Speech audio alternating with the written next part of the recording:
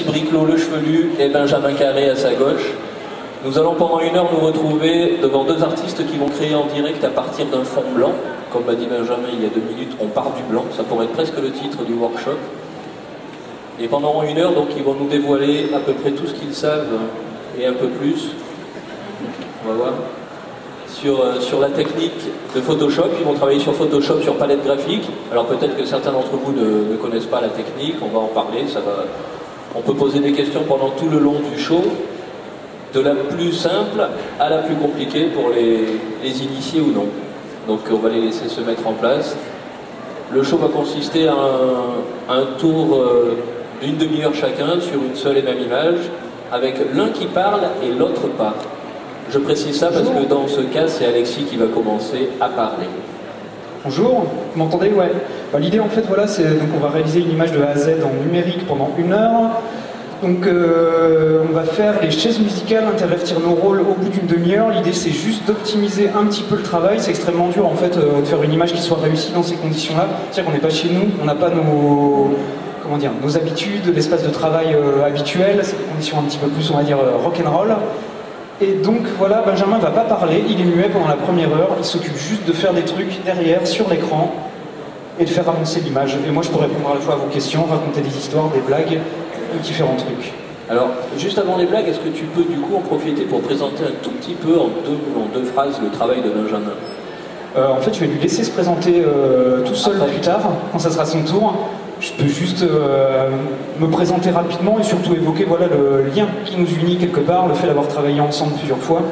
Donc, je pense qu'on a le même profil, ou un profil relativement similaire, où tous les deux, on bosse à la fois dans l'illustration, notamment couverture de livres, différentes choses, tout l'univers ludique, les jeux, le jeu vidéo également, le cinéma, Benjamin beaucoup plus que moi, et la bande dessinée. Je dirais qu'on est relativement éclectique en termes de style, en termes de technique. On a particularité aussi tous les deux de travailler, enfin à l'heure actuelle ça me semble un des standards habituels, de travailler en numérique, tous les deux, donc à la palette graphique avec différents logiciels. On a été amenés à collaborer ensemble tous les deux, notamment on s'est rencontrés au studio Darkworks, on bossait sur un titre qui s'appelait Call Fear. Benjamin, ça faisait plusieurs années qu'il bossait là-bas. Et donc voilà, dans un cadre professionnel, en fait, travail en équipe, on a été amenés à partager les mêmes fichiers, à réfléchir, brainstormer sur les mêmes idées. Donc c'est pas du tout l'image qu'on a habituellement de l'artiste qui travaille au fond de sa cabane, qui réfléchit seul. Là, c'est plutôt un travail collectif avec les autres corps de métier, avec les autres concept artistes, gérer un maximum de contraintes. Je pourrais en parler là plus avant, puisque j'ai cofondé un studio de jeux vidéo qui s'appelle Downton Entertainment, qui a maintenant 3 ans, donc c'est un gros travail collectif. Ça, s'il y a juste des gens qui sont intéressés, c'est voilà, les échanges se font, que ce soit avec les animateurs, avec les game designers, avec tout l'aspect, le moteur, et rien ne se crée ex nihilo, et en gros c'est juste gérer avec vous un maximum de contraintes pour arriver à un objectif efficace. C'est peut-être un petit peu nébuleux ce que je dis là. Et là du coup la collaboration elle passe de 2 à combien quand tu parles de ce studio justement? Après il y a collaboration proche, nous on est 70 à l'heure actuelle. Je pense que dans le studio où on travaillait avec Benjamin, ça doit être pareil, le même chiffre pour des projets ambitieux. Ça fait quand même une grosse équipe. Après, forcément, tu collabores pas de première main avec tout le monde, mais il y a toujours cette notion d'échange, de travail collectif qui est extrêmement importante. Juste pour revenir avec notre collaboration avec Benjamin, donc effectivement, on a été amené à travailler sur les mêmes images, à pas mal brainstormer. Il y a un des moments que je préférais, c'était le discu café, c'est-à-dire aller prendre un café à la machine à café et discuter de plein d'autres choses. Donc de nos projets bande dessinée, de la vie, du cinéma, l'actualité, et souvent en fait on revenait à des problématiques du jeu, des choses à résoudre, notamment on planchait sur je me souviens d'une créature en fait qui avait été extrêmement complexe à appréhender au niveau du style, au niveau du look, mais pas seulement, et également au niveau de ce qu'elle faisait.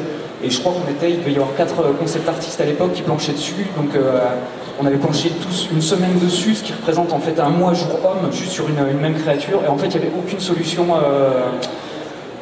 valable qui s'était dégagée. Enfin quand je dis valable, c'était à la fois en termes d'esthétique et en termes d'originalité, c'était pas entre guillemets à la hauteur, on n'avait pas débloqué, trouvé l'approche idéale pour envisager ces créatures. Et en fait je me souviens juste de la petite discussion à côté de la machine à café, tu balances des idées, tu parles d'un truc qui n'a absolument rien à voir parfois, et en fait le cheminement intellectuel se fait par rapport à des choses dont on a déjà discuté, et puis tout d'un coup un petit déclic inattendu, et c'est toujours assez drôle et assez plaisant. Voilà, et tous les deux, on a été également amenés à bosser sur d'autres projets. Il y avait un jeu qui s'appelait Zombie, un jeu de plateau sur lequel on s'est partagé le travail, une grosse couverture, où on avait à la fois bossé, Benjamin était plus spécialisé, enfin c'était focalisé plus sur le décor, moi sur les personnages de premier plan, et pour la petite blague, la petite histoire rigolote, c'est qu'on s'était pris en photo, donc n'importe comment, pas de super qualité photo, mais c'était juste un mélange pour produire plus vite, efficacement. Et je dirais aussi, j'ajouterais une note super importante, c'est rajouter un petit peu de fun, des éléments rigolos, on va dire, dans la conception de la couverture. Donc moi, je devais être le zombie qui vomit au premier plan, et Benjamin, c'était celui qui se retourne au second plan et qui regarde bizarrement la caméra. Si vous avez déjà des questions, n'hésitez pas à appeler ou à l'interrompre en hurlant. Je ne vois pas très bien ce que fait Benjamin, l'écran est super sombre. Donc il est parti sur une composition horizontale cinémascope. Vous voyez bien ou pas? Non. C'est un peu trouble pour l'instant, mais ça va s'affiner. Si tu pouvais éclaircir un petit peu artificiellement. Les paramètres en fait qu'on a sur l'écran, et forcément qu'une projection comme ça, la lumière du soleil et la lumière ambiante, c'est pas du tout la même chose. Donc en fait, ce que vous voyez pas, c'est que c'est bourré de détails. C'est sur l'écran, là, on dirait que c'est quasiment fini. Ah, c'est presque fini. Ouais.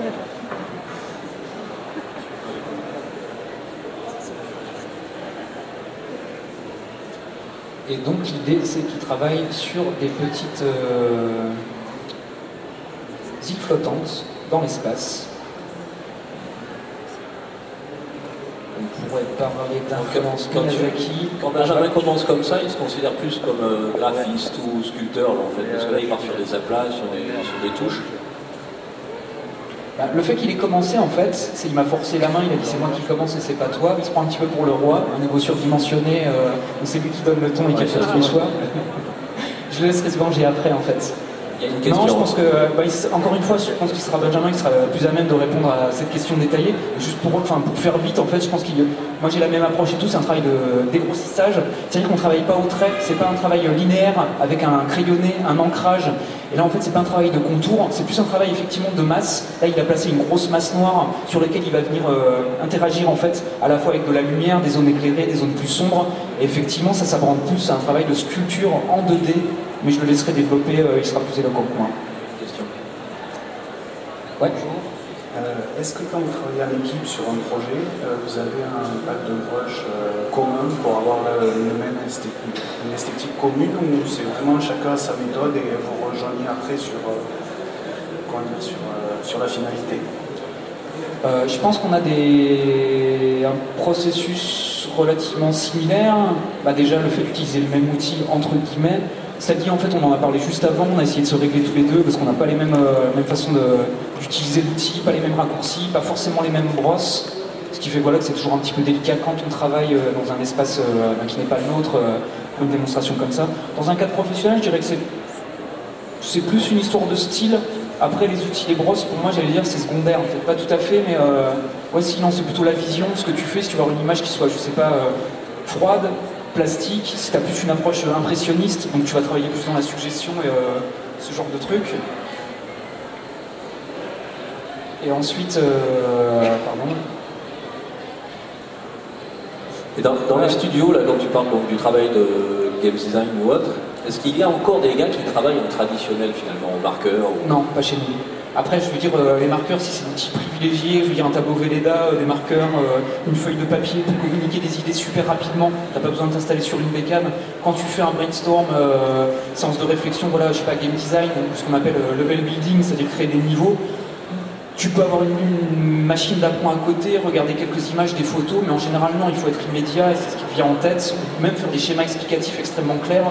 Effectivement, le médium papier, on va dire un feutre, là justement je ne parle pas de rentrer dans les détails, de créer une image qui soit figurative ou chargée en détails, c'est vraiment l'essentiel, c'est une plateforme, un bonhomme bâton, et communiquer juste avec ça.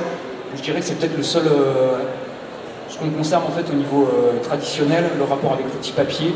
Ou sinon, je pense par rapport à moi, les autres concepts artistes et tout, on a tous chacun nos petits carnets dans lesquels on amoncelle des idées. On peut peut-être parfois peaufiner un petit croquis, le scanner, l'utiliser comme base de départ, mais c'est pas forcément l'outil qui est le plus utilisé, quoi. Des questions? Est-ce qu'il qu'il y a des peintres numériques dans la salle? Ceux qui connaissent un peu Photoshop. 4. Est-ce qu'il y a des dessinateurs, je dirais qu'on qualifierait traditionnels dans la salle? Ah, il y a encore du marché à prendre. Comme va Après, bien se porter. Enfin, s'il y a des gens que ça intéresse, on peut peut-être rentrer dans le débat numérique et traditionnel. C'est un débat, j'en parle souvent à chaque fois qu'on me demande, qui est un petit peu obsolète maintenant. Quand on bosse en numérique, en fait, c'est les mêmes éléments à maîtriser qu'en traditionnel, notion de perspective, d'anatomie, théorie de la couleur, tout ce genre de choses. Après, c'est juste l'outil qui change, avec des facilités d'un côté, la notion d'accident en fait, de l'autre en traditionnel, mais qu'on peut retrouver également en numérique. Effectivement, il y a plein de raccourcis, il y a plein de façons d'aborder les images, mais à la base, en fait, voilà, c'est être faiseur, produire une image. Pour moi, ça change pas grand-chose, en fait. Moi, actuellement, j'essaie de me remettre à la peinture traditionnelle. C'est ce que je faisais, en fait, à mes tout débuts. J'ai encore des choses à réapprendre, mais c'est plus, on va dire, comment dire, les couleurs que j'utilise, les pigments, comment elles réagissent à la couleur, entre le moment où on les pose sur la toile et le moment où elles sèchent. Préparer le gesso, enfin voilà, tout l'aspect systématique. Je ferai un parallèle avec, voilà, quand tu ouvres un fichier sous Photoshop, comment tu le prépares, est-ce que tu le laisses en RVB, est-ce que tu travailles dans ce qu'on appelle CNJN. Je ne vais pas rentrer dans ces détails-là techniques, qui peut être un petit peu laborieux et chiant à écouter. Donc il nous a placé un petit soleil, une planète, une petite lune. Je pense que tu peux.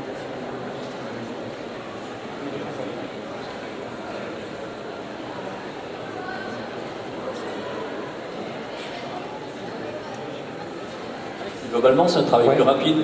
Il y a une petite question là. Est-ce que juste vous pourriez prendre le micro, comme ça tout le monde vous entend?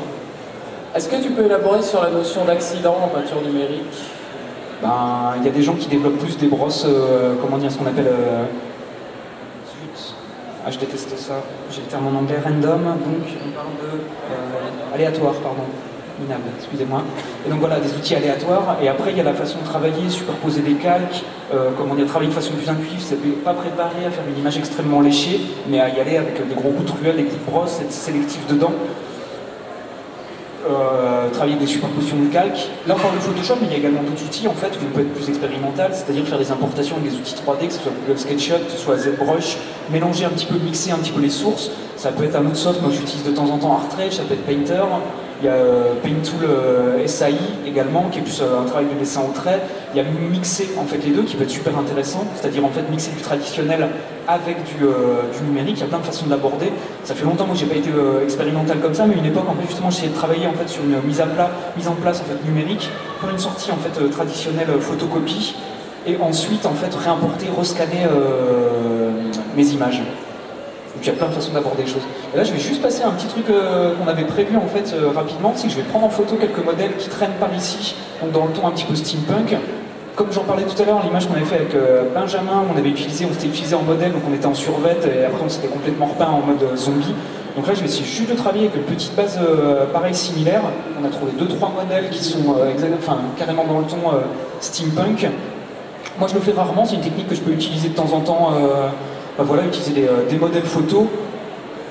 Pour exagérer, là on a des modèles costumés. Moi ça m'est arrivé en fait de prendre en photo avec une serviette autour du cou, ou des potes, ou des amis comme ça, pour avoir les bases, en fait, me faciliter la tâche au niveau du dessin. D'autres fois, en fait, je fonctionne à l'inverse, c'est-à-dire je vais photographier des copains, ma frangine, la famille, des proches, pour les utiliser en tant que modèle. Et mon objectif, c'est pas de faciliter le dessin, c'est que j'aimerais qu'ils soient ressemblants. J'ai notamment travaillé sur des couves Marvel où, pour comment dire, transformer mon approche en quelque chose de plus ludique et de plus fun. En gros, je voulais qu'on reconnaisse les personnages et qu'on reconnaisse mes proches. Disons que c'était mon objectif, que j'affichais pas aux clients, mais c'était ceux qui, pour moi, rajoutaient un petit peu plus de fun à faire l'image. Donc voilà. On va peut-être on va laisser monter un modèle qui traîne, comme tu dis. Ben oui, on en a plusieurs là qu'on a sélectionné très vite juste avant. Par contre, je vais devoir lâcher le micro peut-être. Donc je vais juste vous voyez un petit peu la composition. L'idée à travers ça, ce serait d'intégrer un premier plan avec des silhouettes de personnages. On verra ce que ça donne, c'est un petit peu expérimental, il y aura peut-être des accidents justement. Et aussi l'aspect, en fait, je vais essayer, ça va être très short, mais me départir ou m'éloigner du rendu photographique ensuite. Et donc l'idée, ça serait de gérer des silhouettes ou un premier plan sur le coin, c'est le même que vous, ouais, le coin gauche en bas. Voilà. Donc une petite séance photo.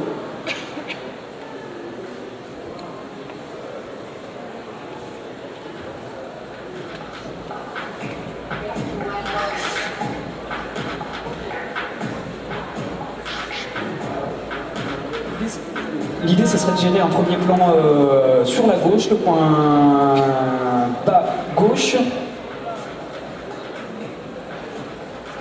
Ouais, si tu fais juste une petite tâche ou une petite plateforme, une amorce, ou juste une forme géométrique. Ok, je ferai moins. Bon, allez, hop.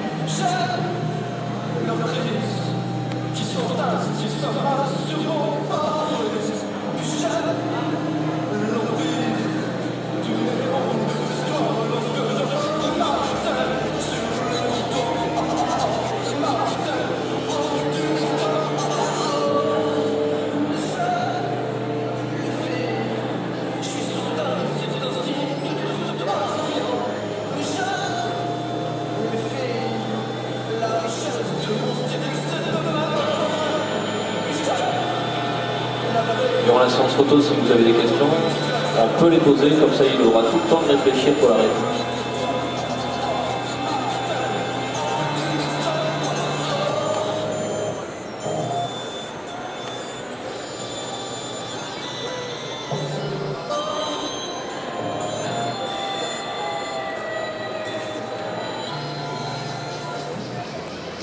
Merci au cher modèle.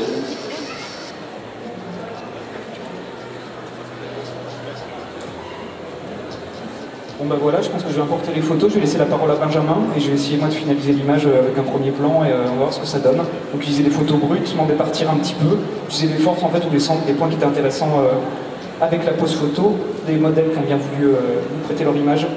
Comment? Mais Benjamin est un peu plus carré qu'Alexis sur ce coup-là. Le temps, c'est le temps. Ouais, il est plus... Mais on est à quoi? On a un quart d'heure là ou une demi-heure? Il te reste 10 minutes à parler. J'avais pas compris, c'est pour ça que je m'étais affolé un petit peu en fait. Je pensais qu'il restait... Ah bah voilà, on va ralentir le tempo, on va se poser un petit peu plus, on va raconter des blagues. Tu veux un café? Hein? Alors si vous avez des questions, parce que là sinon il va se relâcher totalement. Gardez-le concentré. Voici, vous aviez envisagé déjà l'image en partant d'un paysage? On en a discuté un petit peu. Encore une fois, je disais voilà, si on arrive en mode impro avec une bécane qu'on connaît pas très bien, là c'est la dernière fois on avait fait ça sur la machine de bain, j'étais complètement perdu sur sa tablette. Là pour le coup c'est l'inverse, et c'est peut-être lui qui doit souffrir, qui connaît pas mes raccourcis, les habitudes, juste appréhension en fait de la machine elle-même. Et après voilà, c'est arriver devant le public, trouve l'interface, et si tu mets un quart d'heure avant de t'y retrouver et avant de choper en fait un minimum de repères, c'est un peu pénible. Une petite question? Bonjour, Bonjour. Merci pour ce workshop. Je voudrais juste savoir quelles ont été vos collaborations à tous les deux. Comme je disais tout à l'heure, en fait, c'était sur le jeu vidéo Cold Fear où on travaillait au sein du studio Darkworks. C'est un jeu survival horror, un bateau abandonné en pleine mer. Ensuite, qu'est-ce qu'on a fait? Je me demande si on n'a pas fait les coups ensemble. Et l'autre truc, en fait, où là vraiment c'était assez rigolo et plaisant, c'est un jeu de plateau qui s'appelle Zombie, qui est sorti chez Asmodée, qui a été traduit ensuite aux États-Unis. Et en fait, on avait fait à la fois la couverture et on s'est occupé de la majorité du packaging et également en fait les petits bonus. Benjamin adore les jouets, les toys, tout ça. Il avait planché en fait sur le design des figurines, donc vraiment extrêmement sommaire, toute petite taille. On avait planché également, moi j'avais dû plancher sur un espèce de repère qui permettait de noter les points.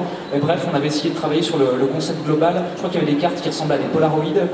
Parce que justement, c'était nous qui avions amené l'idée pour égayer un petit peu le truc là. Donc c'était plus un mélange, enfin en tout cas un projet assez fun de le faire ensemble. Je crois que l'éditeur qui est extrêmement sympathique, moi j'ai pas mal travaillé avec eux et tout, avait un petit peu souffert par rapport au retard qu'on avait accumulé en pensant que le projet était annulé. Voilà, ça arrive souvent. Et Ça. cette couverture, si je ne me trompe pas, elle est quand même pas mal réutilisée, on la trouve régulièrement. Ouais, je sais pas si c'est la sur thématique Dotson. zombie, mais je dois avoir une version tatouée. Vous faites piller régulièrement quoi, sur cette image. Sur celle-là particulièrement, ouais. Il y a eu un DVD film horrifique série Z qui est sorti en Hollande, on n'était pas au courant. Ils l'ont ressorti enfin ils l'ont... comment dire, on a envoyé un petit courrier, ils l'ont retiré tout de suite en fait des bacs et du marché. Ça a été utilisé sur plusieurs bouquins avec notre accord et pas notre accord, en Italie, en Espagne. Genre une version aussi de quelqu'un qui s'est fait tatouer le motif, bon ça doit être ma tête et celle de Benjamin en mode zombie sur le bras. Je dois avoir aussi une version graphée dans une ville en Amérique du Sud, je sais pas exactement où c'est, la personne m'a jamais répondu, mais un gros graphe énorme, une peinture murale. Et je crois que je dois avoir encore 2-3 autres trucs qui tournent autour de cette image-là. Il faudrait qu'on en refasse une comme ça, un de ces 4 images zombie pour le fun. Par rapport à ce que tu disais tout à l'heure, moi je parlais de la coupe Marvel, justement j'avais utilisé les proches. Et pour la petite anecdote, Benjamin il est aussi assez, encore une fois c'est lui qui en parlera, mais assez enclin à utiliser des techniques on va dire transversales et rigolotes quelque part, astucieuses. Il pourra parler c'est quoi, c'est ton truc à thé là Et moi, c'était juste sur cette couve Marvel, en fait, donc j'ai pris plein de proches en photographie. Il y avait un mec, un pote à moi qui partageait le même local. C'était la personne sur l'image en question que j'ai le moins retravaillé, qui ressemblait en fait à Hercule, le personnage Marvel. Donc il avait la barbe, il avait les traits de caractère. C'est peut-être la personne sur la couverture que j'ai le moins modifié, donc c'était assez plaisant. Et j'ai pris également pour un autre personnage qui s'appelle Rome, qui est un espèce de robot graphiquement, on va dire qu'il a une tête qui ressemble à un pavé métallique. J'avais pris un toaster en photographie pour le retravailler, donc je trouvais ça assez rigolo.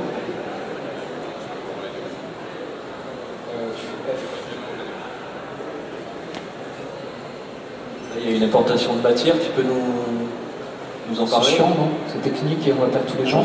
On a juste ouvert une... Comment?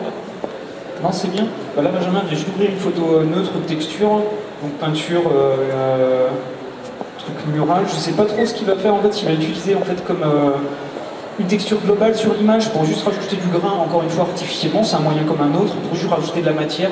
Ou si au contraire, en fait, il va l'utiliser pour aller texturer ces petits rochers, la surface. Donc là, donc c'est global, il dit. Alors, sur les collaborations, Alexis, tu peux nous parler 2 secondes de ton ouvrage Merlin avec Jean-Sébastien Rosebart, par exemple, parce que ça aussi, c'était quand même un bel exemple de collaboration. C'est un gros projet, c'était un livre donc thématique arthurienne sur le personnage de Merlin, comment revisiter le mythe et le rendre classe et actuel, avec Jean-Sébastien Rosebach. C'était écrit et ça a été initié par Jean-Luc Istin qui m'avait appelé en me demandant si ça ne dirait pas de faire un beau livre. Moi, hors de question de le faire seul, c'est beaucoup de travail et c'est quand même toujours plus passionnant et enrichissant et à la fois motivant de travailler en binôme. Donc je me suis tourné avec mon pote Jean-Sébastien qui était un petit peu réticent au début, qui en avait un petit peu marre de la fantaisie et qui finalement en fait était convaincu. Et donc en gros voilà, c'est un gros livre illustré de 120 pages sur lequel on s'est à la fois partagé le travail graphique, les illustrations, la composition globale. Enfin le truc plaisant dessus c'est qu'on a tout géré, le design graphique avec tout le maximum de choses, la typographie, le canevas également, voilà, les échanges avec Jean-Luc Istin. Comme ça, rapport avec Merlin, le mythe, rapport avec la Terre, on a structuré le livre en chapitres qui chacun correspondent à l'île et les saisons. Je pourrais en parler pendant 2 heures, je pense. On a fait plusieurs représentations pendant les workshops extrêmement complètes là-dessus. Donc c'était un petit peu long. Alors pour te rassurer sur l'aspect technique de certains passages, j'ai devant moi 2-3 dans le public qui sont en train de noter même les modes de fusion utilisés et autres, donc tu vois que ça peut intéresser quand même. Ils sont peut-être que 3. Peut-être, mais c'est déjà ça. Une question. Bonjour. Je vous vois pas. Ah si, pardon. J'aimerais savoir quelles sont vos références quand vous faites vos illustrations. Alors moi, cette question-là, je la trouve toujours extrêmement difficile. J'ai quelques influences, on va dire, séminales, des artistes qui m'ont influencé quand j'étais plus jeune, des bandes dessinées comme des choses qui n'ont rien à voir, le Scrum Eustache, par exemple. J'ai dû avoir ma période Astérix et Obélix quand j'étais petit, différentes choses qui m'ont marqué là, de façon un petit peu floue. Des artistes plus tard qui m'ont vraiment poussé à la peinture, mais de façon générale, en fait, je pense que j'ai pas un seul artiste favori. Enfin, il y a 2 choses en fait qu'on pourrait mettre côte à côte. Il y a les artistes, en fait, enfin les faiseurs, Et il y a ensuite les références, les influences qu'on chope un petit peu partout, ici et là, quoi. Et côté artiste, en fait, j'ai un background, moi, où j'ai fait un BTS image de communication qui était plus porté graphisme que illustration et figuratisme. Et en gros, je pense que j'apprécie autant le graphisme pur, le travail typographie, la photographie, image de com, quelque part. Donc voilà, quand tu travailles sur un bouquin, c'est aussi... Enfin, moi j'aime bien penser comme ça, c'est tu réalises pas, tu travailles pas seulement sur une image que tu vas donner à l'éditeur, c'est réfléchir à l'ensemble, ce qui va être donné à voir au public, au spectateur, au lecteur, c'est-à-dire en fait la couverture maquettée finale avec le titre qui a son importance. Détail à la con également, c'est si on t'oblige en fait à gérer le code barre. Enfin voilà, le code barre est sur la couverture, tu peux pas le déplacer. Tu sais que ça va créer un blanc optique, un espèce de petit carré en bas à gauche. Donc c'est pas super parfait, ça vient casser ta composition. Et bref, c'est prendre en compte tous ces éléments, quoi. Donc c'est un ensemble de contraintes. Pareil, j'adore la photographie, j'adore le cinéma, la bande dessinée, le comics, l'illustration, le jeu vidéo. C'est tous des domaines différents. Ce que je ressens extrêmement souvent, j'ai l'impression de me répéter un petit peu, c'est que ce soit la bande dessinée, l'illustration, le jeu vidéo, ces trois médias qui sont liés par l'image, c'est-à-dire on doit produire des images, mais la finalité, la façon d'appréhender les choses, elle est complètement différente. La bande dessinée, c'est du storytelling, c'est de la narration, c'est la narration séquentielle, c'est du développement, tu vas développer une histoire en utilisant des codes particuliers, et à contrario, en fait, l'illustration, c'est un travail de synthèse, tu vas synthétiser une histoire, une idée forte en une seule image. Le concept art pour des jeux vidéo, que ce soit du concept art précis, des issues de pré-prod, encore une fois, c'est pas tout à fait la même chose. Des issues de pré-prod, tu vas donner le ton global, donner l'envie à la fois à l'extérieur, c'est-à-dire si tu rencontres des investisseurs, des distributeurs, pour donner, préciser en fait toutes les intentions, donner quelque chose de concret avant de passer à la 3D. Ou sinon, tu as l'aspect concept art pur et dur, et c'est là l'outil, on va dire, plus technique pour donner corps à un univers en fournissant aux artistes 3D, environnement et personnages un maximum d'informations pour qu'eux modélisent, pour que la modélisation soit faite en fait de cet univers-là.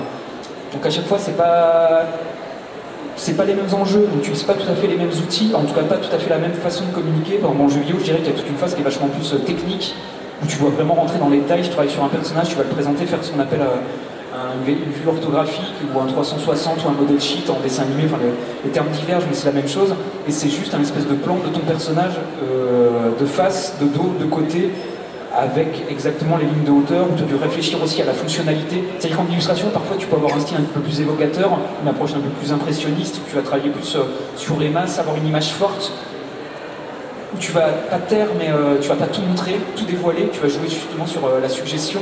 Si tu fais du concept art pour du jeu vidéo, en fait, non, pas du tout, quoi. Ou alors vraiment, et c'est rare, en fait, où non, ça fonctionne pas comme ça, tu peux pas travailler sur miser sur la suggestion et la capacité de projection des gens, en fait, derrière. Sinon, c'est que tu dois résoudre un maximum de problématiques fonctionnelles en 3D, je sais pas, pour un personnage, une créature, un robot, comment il bouge. Pour un environnement, tu dois penser à l'emplacement de la caméra, à qu'est-ce qui se passe au niveau game design, s'il y a des affrontements, des combats, la scénographie, en fait, comment tu vas réfléchir sur la lumière, un petit peu comme au cinéma, enfin, comment dire, là la caméra est imposée, mais ton personnage va rentrer dans un environnement par un endroit, va ressortir par l'autre, donc tu dois réfléchir à ce parcours-là, même s'il y a la possibilité, en fait, pour le joueur personnage de se retourner, de faire un 360 et d'observer tout le décor. C'est à toi aussi de trouver des astuces au niveau de la gestion de la lumière, la gestion des codes graphiques, pour hiérarchiser un petit peu tout ça et quelque part conduire ou diriger le regard du joueur spectateur. J'ai répondu à ta question? Du tout? J'ai l'impression d'une manière plutôt complète. Avant que Benjamin te coupe la parole, tu peux nous parler un peu de tes projets?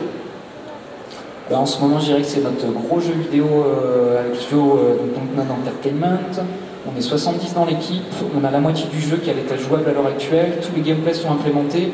Ça fait 3 ans que la boîte existe, donc nous on est parti de rien, on a dû tout monter, la structure, recruter. Enfin, voilà, il y a beaucoup de choses moi, que j'ai découvert qui dépassent de loin le cadre de seulement faiseur d'images, parfois très difficiles, qui m'ont éloigné un petit peu de ce que j'aime, créativité, tout ça, mais c'est vraiment passionnant, c'est un gros projet extrêmement ambitieux. On a juste commencé à communiquer récemment avec un premier teaser de concept artiste fait par l'équipe justement de nos concept artistes, des images de pré-production. Ça se passe à Néo Paris en 2084, donc c'est un projet d'anticipation, prospective proche. Et le postulat, c'est dans notre univers, il existe une technologie qui s'appelle le Sensen, qui est un diminutif de Sensation Engine, un moteur de sensation qui permet de digitaliser ou d'encoder en fait les souvenirs. Et voilà, ça se passe à Néo Paris en 2084. Pas parce qu'on est chauvin, mais parce que le studio est basé là-bas, qu'on a plein de facilités pour aller prendre des photographies. On fait pas un travail, comment dire, scientifique de reconstitution. Et le truc, c'est pas du space-up, on n'est pas dans l'espace, enfin il y a plein de choses délirantes dedans. Mais Ça va sortir quand ça? ça doit sortir fin 2012 à l'heure actuelle, avec encore des variations sur la date de sortie. Donc on en parlera beaucoup plus dans les mois à venir, avec différents teasers, différentes choses, la communication qui va commencer. Et j'espère bien pouvoir revenir avec une partie de l'équipe en 2012 ici pour présenter le projet plus avant. Et si je ne me trompe pas, il y a donc un projet d'énorme exposition consacrée à Alexis Briclot. Ce sera la plus grosse exposition européenne. C'est toi qui vas en parler, c'est toi qui as dit. À la Maison d'Ailleurs. À la Maison d'Ailleurs, le musée de la science-fiction à Yverdon-les-Bains en Suisse. Et l'exposition risque, a de fortes chances de se retrouver ici aussi dans le courant 2013-2014.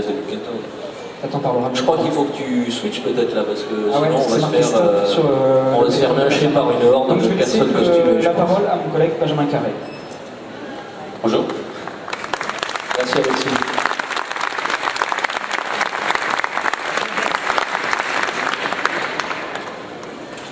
Alexis, je te conseille de partir dessus et pas d'essayer d'aller sous les câbles. C'est le bordel en fait. Je te mets un petit timer avant de nous poser, histoire que tu saches où t'en es. Voilà, ça c'est ton camembert qui se remplit. Donc moi, je suis Benjamin Carré, on a un peu parlé de moi, j'ai entendu, j'ai pas tout suivi, j'étais concentré sur l'image. Ouais, on voit un petit peu, c'est dommage, c'est mieux là en fait. Hein. Alors, c'est quoi l'idée? C'est que je me présente? Je peux parler effectivement de ton travail. Ouais, bah comme Alexis, je touche à pas mal de choses. Je suis illustrateur, je suis concept designer, je suis aussi auteur de bande dessinée. Tu travailles pas mal pour le cinéma aussi. Oui, je travaille pour le cinéma aussi. Bah, concept designer, en fait, c'est pour les jeux vidéo, pour le cinéma. J'ai fait des trucs de théâtre aussi. Voilà, donc le cinéma, c'est essentiellement des films d'horreur, parce que c'est ces films-là où ils ont besoin d'illustrateurs. Si, là, le dernier film sur lequel je bosse, c'est un film, j'ai pas trop le droit d'en parler, mais c'est avec des robots qui se transforment en véhicules. Et sinon, il y a un problème, Alexis. Très bien, c'est le câble. Mais sinon, oui, s'il y a encore des questions, il ne faut pas hésiter. Sinon, moi, je peux m'amuser à... Oui, j'en vois là. Ouais, bonjour. À propos des brushes que j'ai vu utiliser, en fait, l'édition de brush, j'ai pas encore trop touché à ça, mais ça a l'air vachement pratique. Comment ça se déroule c'est compliqué ou on utilise des brushes avec des trous dedans, des formes assez... En fait, le principe de la brush, c'est assez technique. Alors, excuse-moi, on n'a plus d'image sur le grand écran. Je sais pas si c'est ton câble ou la régie. C'est revenu, mais t'es sur Windows là. Ah oui, non, c'est normal. Oui, donc, le principe des brushes, c'est assez technique. C'est pour ceux qui connaissent Photoshop. Alors déjà, je vais le résumer. La brush, c'est quoi? C'est les pinceaux que j'utilise. Et des fois, c'est des tampons carrément qui ont une forme déjà prédéfinie. On peut s'en faire en forme d'arbre, en forme de maillon de chaîne, pour faire toute une chaîne une fois qu'on l'a fait défiler. Et la brush, l'éditer, oui, c'est une forme que tu crées sur un fond neutre. Tu fais ta sélection de formes. Tu peux lui montrer une création de brush? T'as pas le temps? Non. Ouais, non, ça c'est un cours Photoshop un peu pointu. C'est dans les. Je sais pas le montrer. Ça se passe là à droite. Non, elle expliquer comme ça, franchement, ça va. Personne va rien. Ouais. Il vaudrait mieux qu'on se monte tête à tête et que je te montre. Voilà. Donc, oui, je vois une autre question.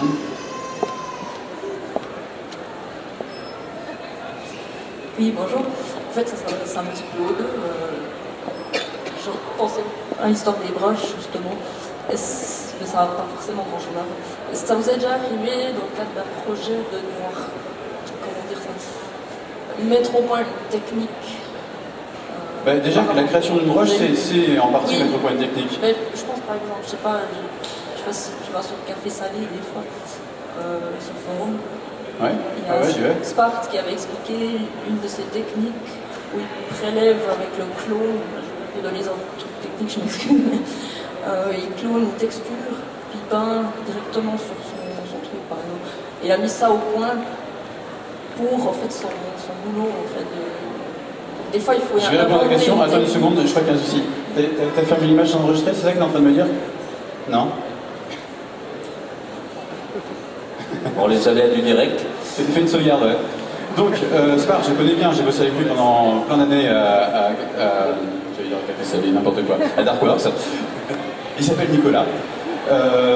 J'ai pas lu ses cours, ce qui fait que j'en ai aucune idée. Mais oui, on met au point des techniques, mais même le fait de...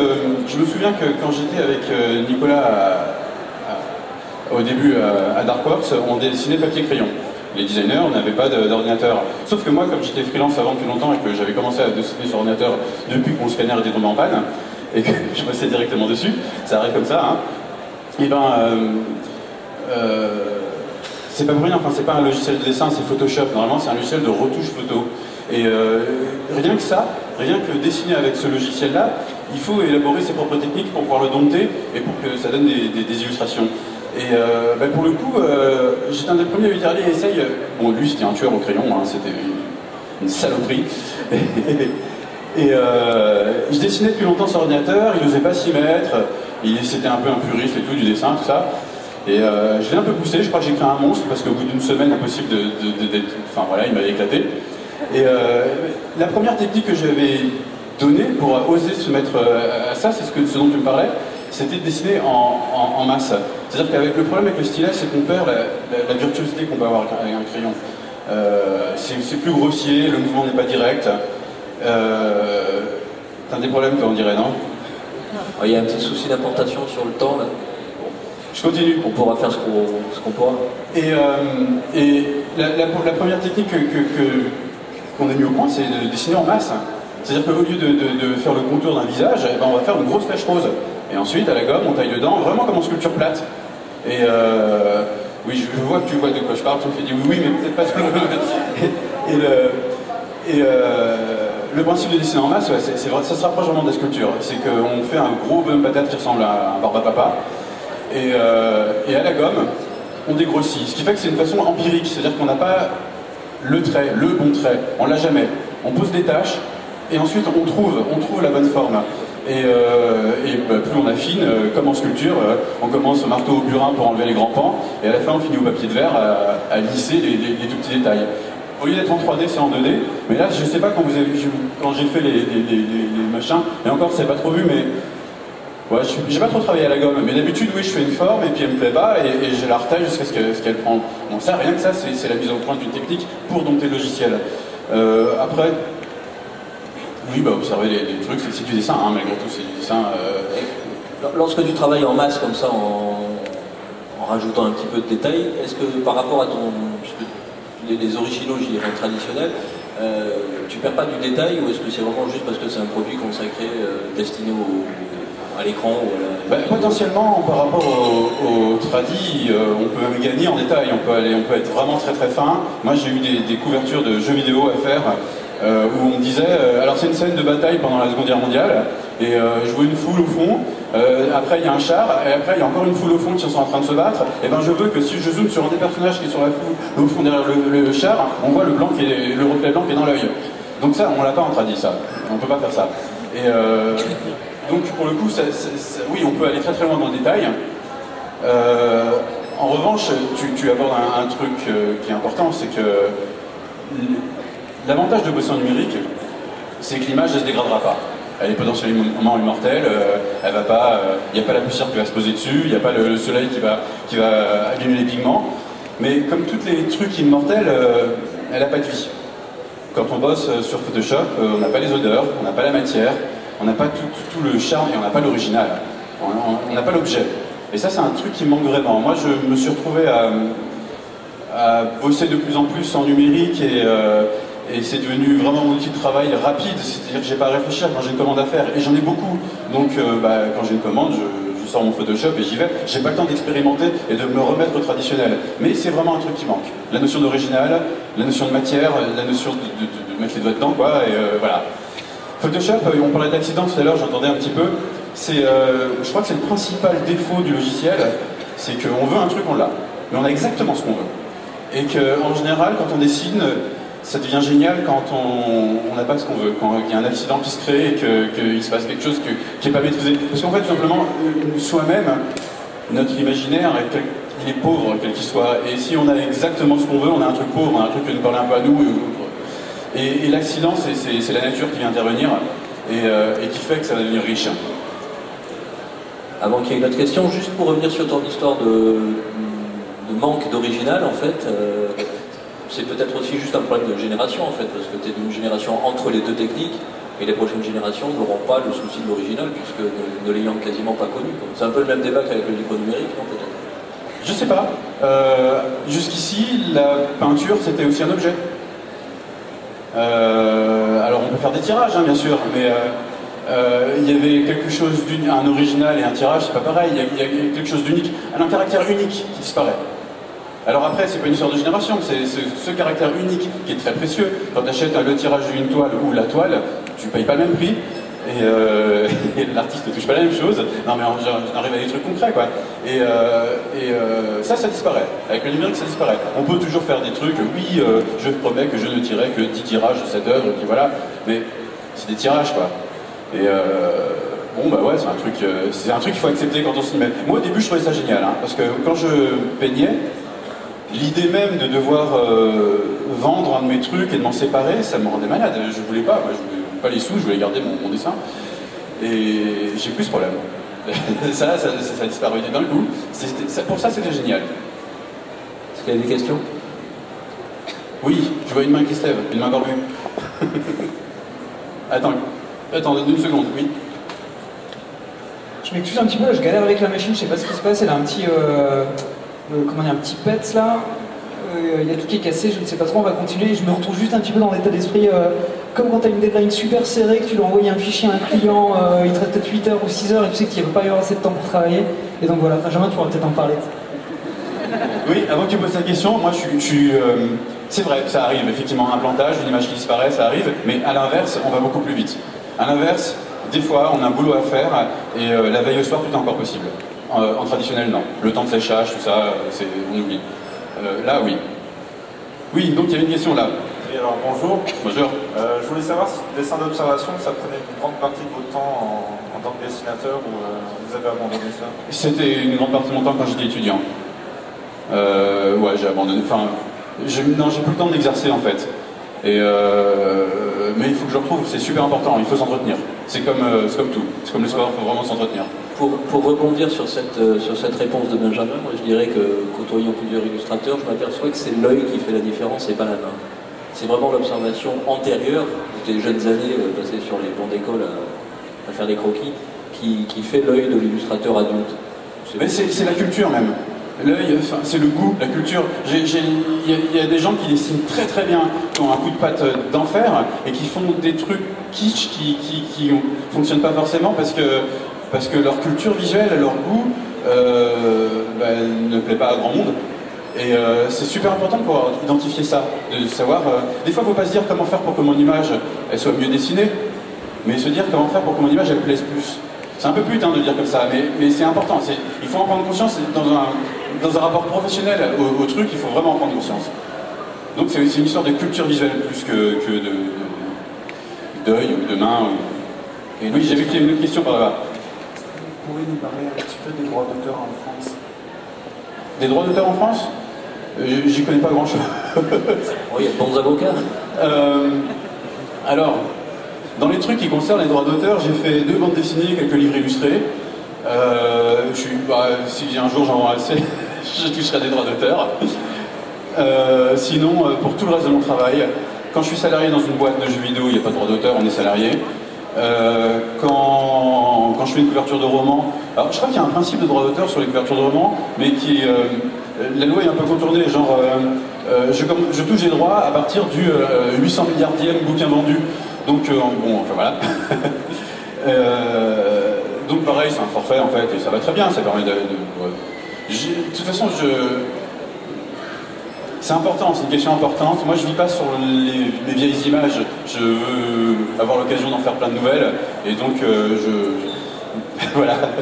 Mais non, je suis pas très calé à ce niveau-là, je pourrais pas t'en parler énormément, je suis désolé. Est-ce qu'il y a d'autres questions? J'en vois pas.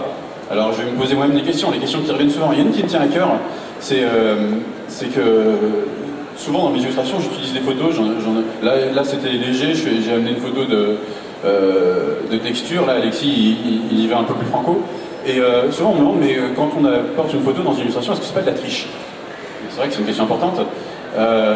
Et ça dépend. Déjà, tricher c'est mentir.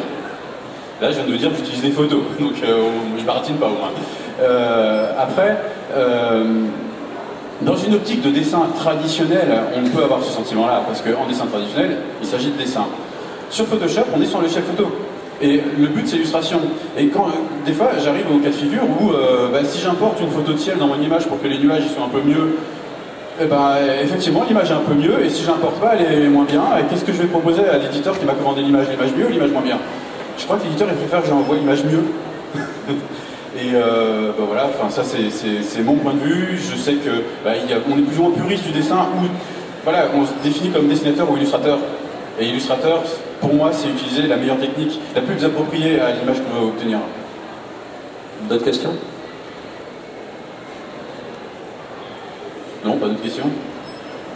Ça c'est vache de me laisser dans le silence, vas-y aide-moi toi. On va être un petit peu court en temps parce qu'on a démarré super tard et que je pense qu'il va y avoir une grosse pression pour qu'on libère la place après. Je préfère prévenir Alexis pour qu'il ne soit pas trop frustré après. Vas-y fonce Coco. Mais effectivement, bon voilà, là ça fait une bonne question pour le choix de la machine par exemple. Ouais. Oui donc d'ailleurs... je vois qu'il y en a qui prennent des notes, tout ça, qui regardent comment on fait. Il faut quand même que je dise que là, on savait qu'on avait qu'1 heure pour faire une image, et le but c'est que l'image est un peu la tronche d'une image finie à la fin. C'est super court 1 heure pour faire une illustration.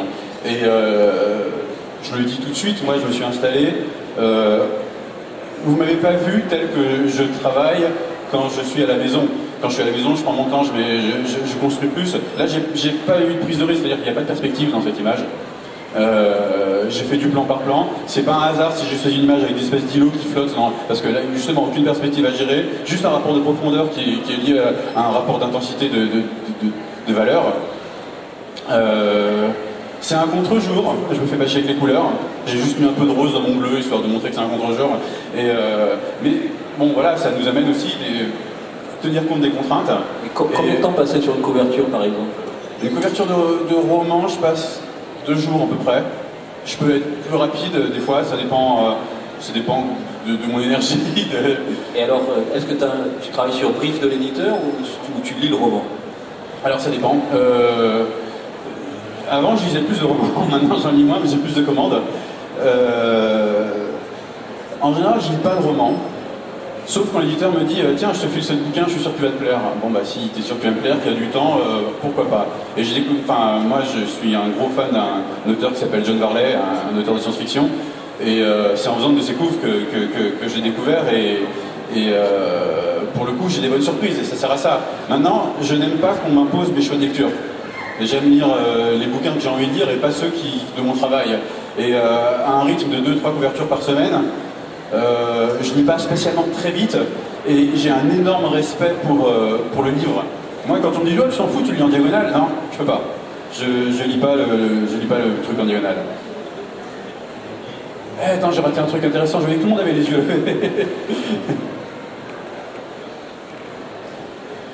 Et aide-moi Gilles, arrête de regarder ce que fait. Si, quand même, je regarde un petit peu, parce que là il est en train de déformer les personnages et... Je voyais qu'ils étaient déjà assez costumés. Je les vois, ils sont pas contents, ils flippent là. Il est en train de se transformer. Ouais, bon, c'est un fou Alexis. Donc, bon, alors le problème avec Alexis, c'est que comme il est pas très bon, moi j'ai fait une belle image, je vais la bousiller. J'essaie de faire rire un petit peu parce que là il y a eu un petit creux. Est-ce qu'il y a d'autres questions? Profitez-en parce qu'on va quand même devoir, je pense, interrompre Alexis dans son élan. Non, il reste un peu de temps. Enfin, théoriquement, il n'a pas fait sa demi-heure. Hein. Théoriquement, oui, je sais, mais. Et on est parti en retard. Ouais. Ah, il y a une question. Quels sont tes projets, Benjamin, pour plus tard, excuse-moi, je te parle. Quels sont tes projets? Mes projets? Je sais pas. Alors, j'ai fait quelques bandes dessinées, ça me manque. Je viens de planter 2 clients parce que c'est des gros projets. et que tout d'un coup j'ai réalisé que j'en avais marre de bosser sur les projets des autres, que je voulais me mettre à mes projets moi, comme la bande dessinée, comme les livres illustrés. J'ai bien envie de retenter une bande dessinée maintenant, mais j'ai pas encore bien le... Enfin, je veux pas le faire pour de mauvaises raisons. Je veux me choper un scénar qui me plaît bien. Mes boulots en cours... alors j'ai bossé sur quoi récemment? J'ai bossé sur quoi, Alexis, récemment? Je t'avais raconté, non? Non, mais je suis impressionné, je suis intimidé. Alors, celui auquel qui me vient là, c'était Transformers. Je bosse sur Transformers 4. C'était rigolo ça, parce que c'est une licence. Transformers, c'est un des seuls films où le produit dérivé c'est le film. Parce qu'à la base, c'était des jouets, les Transformers. Ce qui fait que c'est Hasbro qui a la main sur le truc. Et donc, c'est en bossant pour Hasbro, par hasard, j'ai compris que je bossais pour le prochain film. Ils me demandaient des storyboards, ça je me disais c'est pour des pubs et tout, jusqu'à ce que je vois le compte commande arriver, Transformers 4, bon rigolo. Donc ça c'est mes travaux en cours, je bosse sur quoi? Sur des couvertures de comics Star Wars, et ça me tient beaucoup à cœur parce que je suis un gros fan de Star Wars. Je suis un geek, j'ai des jouets partout dans mon bureau. Et c'est grâce à Alexis que je fais ça d'ailleurs. J'en fais pas mal, hein, j'en ai fait une bonne trentaine, quarantaine, je sais pas, et je continue. Et c'est arrivé connement, on s'était retrouvé à un bar, on se voit pas souvent Alexis et moi, et quand on se voit on fait un peu le point. Alors il y a le côté frime entre ouais tu fais quoi toi, et puis on gonfle un peu le truc, et puis Alexis qui me fait devant sa bière ouais moi je viens de refuser des couvertures Star Wars, nanana, comme ça. Et je fais ah quoi? Il cherche encore du monde. Donc il était pas sûr en fait, parce que ça faisait longtemps qu'il avait refusé ce truc là, il avait pas le temps de le faire et tout ça, moi même pas le temps, je m'en fous, Star Wars je fonce. Et donc je lui ai quand même demandé de me filer le contact du gars qu'il avait contacté chez Dark Horse pour ses couvertures de comics. Et il a fait mieux que ça parce que c'est lui-même qui l'a contacté, qui a envoyé mon book, qui a dit il est super et tout, machin. Il m'a ouvert grand les portes du truc. Et c'est assez rigolo d'ailleurs parce que donc je me suis retrouvé avec mon book envoyé à Dark Horse qui m'a réécrit en me disant c'est super bien et tout, on va travailler avec toi. C'était en 2008 je crois, courant 2008, et on te contacte l'année prochaine pour d'éventuelles couvertures. En général quand on fait le coup on te contacte l'année prochaine, ok, 1er janvier 2009 j'avais un mail de Dark Horse, c'était génial, et c'était parti. Et donc ils ne plaisantent pas quand ils disent qu'on te contacte l'année prochaine. Et donc merci Alexis parce que ça vraiment je prends mon pied sur ce truc là. Donc c'est mes trucs en cours là. Voilà. Et j'ai pas entendu parler d'un artbook chez Café Salé? Si, il y a ça, mais j'ai pas encore commencé parce que, à cause de trucs dont je viens de parler, c'est un cauchemar ce truc-là, parce que j'aimerais bien mettre mes illustrations Star Wars, j'aimerais bien mettre mes illustrations de jeux vidéo, et pour le coup, Star Wars, c'est super chaud au niveau licence à débloquer. Et rien que le casse-tête de ça me prend du temps à mettre en place, à approcher l'éditeur, à approcher Lucasfilm, leur dire voilà, j'ai fait des illustrations Star Wars, est-ce que j'ai le droit de les mettre dans mon artbook? Je crois qu'on a le droit à un quota si ça dépasse pas les 30%, parce qu'après ils peuvent dire non, c'est un bouquin Star Wars, on veut toucher nos sous. Mais oui, avec Café Salé, dont tu parlais tout à l'heure, oui, donc j'y vais des fois sur le forum, puisqu'il y a un book prévu sur mon travail, et ça va être cool. Merci de me le rappeler. Je tiendrai au courant. Vous avez d'autres questions? Peut-être. Non, pas d'autres questions? Bon, on va attendre de se faire virer de scène. Hein. Ouais. T'en es où toi? Ok, j'ai l'impression qu'on va se faire virer de scène. Bon. On va vous remercier tous les deux parce qu'il va bien falloir qu'on arrête à un moment. T'es sûr qu'on est obligé d'arrêter là? On est parti en retard. Ça grogne derrière? On a combien de temps encore? Moins 5? Moins 5 de quoi? Moins 5 de 16 heures ou moins 5 minutes? Ouais, non, c'est un temps négatif, je crois qu'il vient de te donner. On n'a plus le temps. Alexis, fais en sorte que ce soit fini maintenant. J'étais parti sur un contre-jour, tu vois, si tu fais les personnages tout en noir, par exemple, l'image sera terminée. Tu fais juste un petit liseré de lumière, par exemple, qui va venir faire l'accroche. Non mais vous avez là, il suffit du crabouillage là. Vous allez pouvoir les retrouver un tout petit peu après, de toute façon. Si moi je suis nantais, donc les nantais qui voulaient avoir des conseils Photoshop, voilà. Si vous avez envie de leur parler, je pense qu'ils s'accepteront. Ouais, sans problème.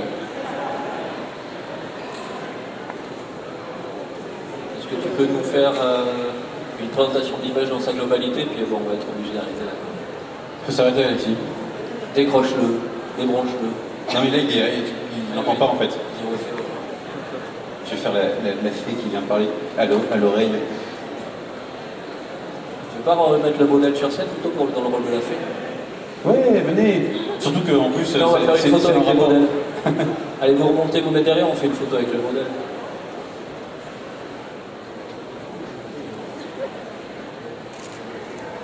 Merci à vous deux, merci Benjamin, merci Alexis. Tu fais une conclusion? Ouais, ben non, je sais pas faire les conclusions, j'allais parler de l'image encore, moi j'étais parti. En général, quand on utilise des photos, le but c'est quand même qu'il y ait moins de gouffre entre le dessin et la photo elle-même. C'est tout cassé quoi. Désolé, pour l'année prochaine on demandera un show de 2 heures. Oui, ça serait génial. Et du matos. Tu veux faire une conclusion toi? Une machine adaptée. Ouais, moi j'ai pas eu trop le temps là, en fait, j'ai pas fini. J'ai dû bosser. Si les modèles peuvent monter en même temps. Enfin, 3/4 de mon temps, et j'ai passé pas mal de temps. Je sais pas ce qui s'est passé avec la machine, petite galère et tout. Donc, effectivement, Benjamin en parlait, là, le collage est un petit peu rude, on va dire. Là, ça avait plutôt photomontage, je dirais presque de mauvais goût. Donc, l'image, il y avait des bonnes intentions, mais il reste encore pas mal de travail. Les modèles. Et voilà. Ils sont quasiment pareils sur la photo. On les a collés. Ouais, merci.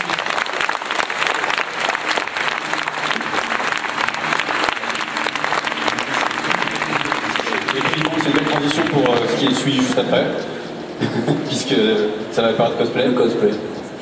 Merci Benjamin, merci Alexis, 2 énormes artistes. Merci à toi. On a la chance de les avoir.